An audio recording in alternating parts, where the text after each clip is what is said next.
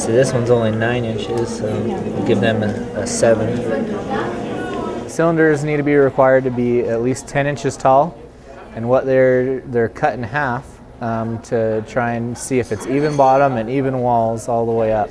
I'm judging the wheel thrown pottery. I look at creativity, craftsmanship,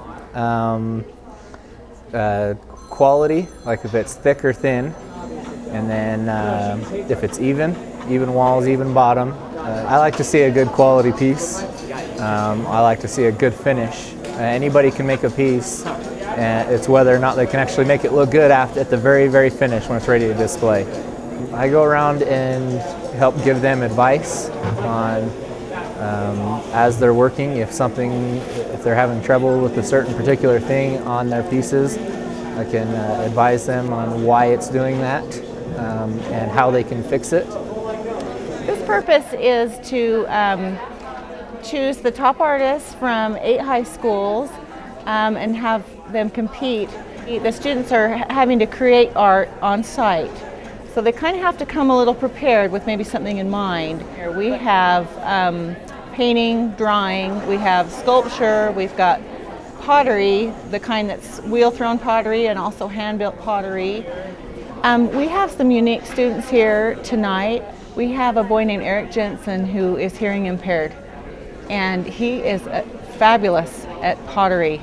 I'm making an ear, and the reason why I do ears is because I was born deaf, and I really like doing ears. It's betrayed the deafness I had growing up, and I think ears are really pretty. At Granger, they just had a pottery program, and I walked by and I was like, oh, I really want to do that someday. So I walked in and started doing it, and the art teacher's like, she kept teaching me, and I really love pottery. It helps me like get through school, relieve stress. I don't know, I just love pottery to portray, to make something that tells about me. I really love pottery. The judges decide on all of the awards except for the People's Choice Awards. I think that those artists, Al Rounds in particular, has been involved with this from the beginning, and he is so interested in mentoring these kids to show them that, hey, you can do art full time. This can be a career. I just love the way that the students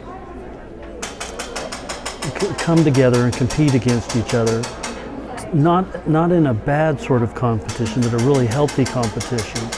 And it brings the best out of them. And they can find out that they can do some incredible thing in 4 hours. Mostly I'm here to encourage them because it's really scary to be here. And you know, at first most of them are shaking and can't even draw right because their peers are here. And they're worried about somebody that's going to be better than they are.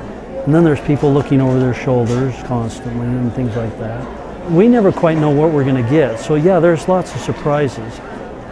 My 3rd grade teacher, she used to do art time after lunch, and it was my favorite part of school, and so I like saying stuff with my art. Not so much the finished product, but more of like, I don't know, like I've always wanted to draw like little stories in my head, but I guess I just like drawing whatever's in my mind. I did one at home actually. I did a few at home that I thought were amazing. Anyways. And so it just feels really good when you can see the similarities between the actual picture and what you drew. It's opening a door for them that they could possibly go to school, you know, away from high school and become an artist, you know, go away to study someplace and actually become a full-time artist.